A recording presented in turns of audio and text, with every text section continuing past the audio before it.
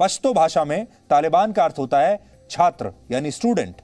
ऐसे छात्र जो इस्लामिक कट्टरपंथ की विचारधारा पर यकीन करते हैं। हालांकि तालिबान बहुत पुराना आतंकवादी संगठन नहीं है। तालिबान की शुरुआत 1990 के दशक से मानी जाती है, जब सोवियत संघ ने अपनी सेना को अफगानिस्तान से निकालना शुरू किया था। अफगानिस्तान में सोवियत संघ की मौजूदगी 10 वर्षों तक रही थी और यह बात 1979 के से 1989 के बीच की है, जब सोवियत संघ की सेनाएं यहां पर थी।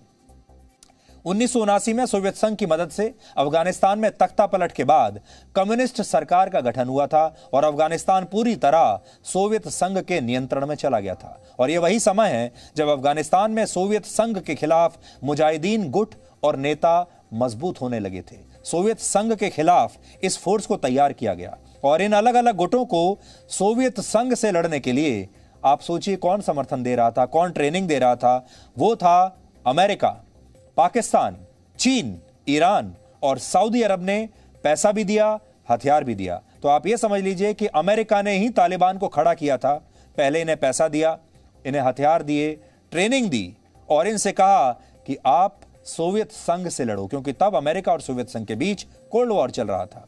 अमेरिका उस समय अपने फायदे के लिए इस तरह के संगठनों के साथ हुआ करता था, जिससे पता चलता है कि सत्ता के नशे में चूर इन बड़े बड़े देशों के लिए इंसान की जान की कोई कीमत नहीं।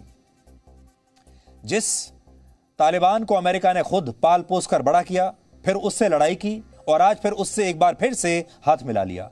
बड़ी बात यह है कि सऊदी अरब ही वो देश है जिसने तालिबान की नींव रखने में उसकी मदद की थी। 1990 के दशक में जब अफगानिस्तान में पश्तून आंदोलन चरम पर था, तब सऊदी अरब की तरफ से तालिबान को भरपूर समर्थन मिला और इस पूरे आंदोलन को समर्थन मिला। इस आंदोलन का मकसद था लोगों को इस्लामिक मदरसों में भेजना और सुन्नी इस्लाम की कट्टर मान्यताओं का प्रचार करना।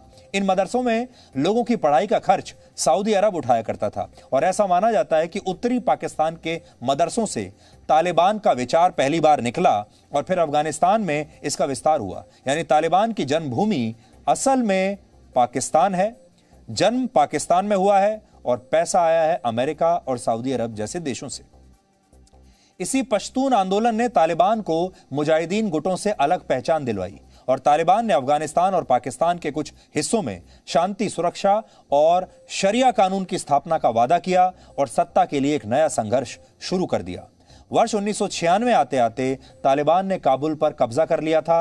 यानी काबुल पर तालिबान का यह पहला कब्जा नहीं है, इससे पहले भी वो नियंत्रण की ये लड़ाई लड़ चुका है। बस फर्क इतना है कि तब अमेरिका उसके साथ था और अब अमेरिका अफगानिस्तान से अपनी सेना को बुलाकर तालिबान की अनौपचारिक रूप से मदद कर रहा है। तालिबान ने वर्ष 1996 से 2001 तक 5 साल तक अफगानिस्तान पर शासन किया।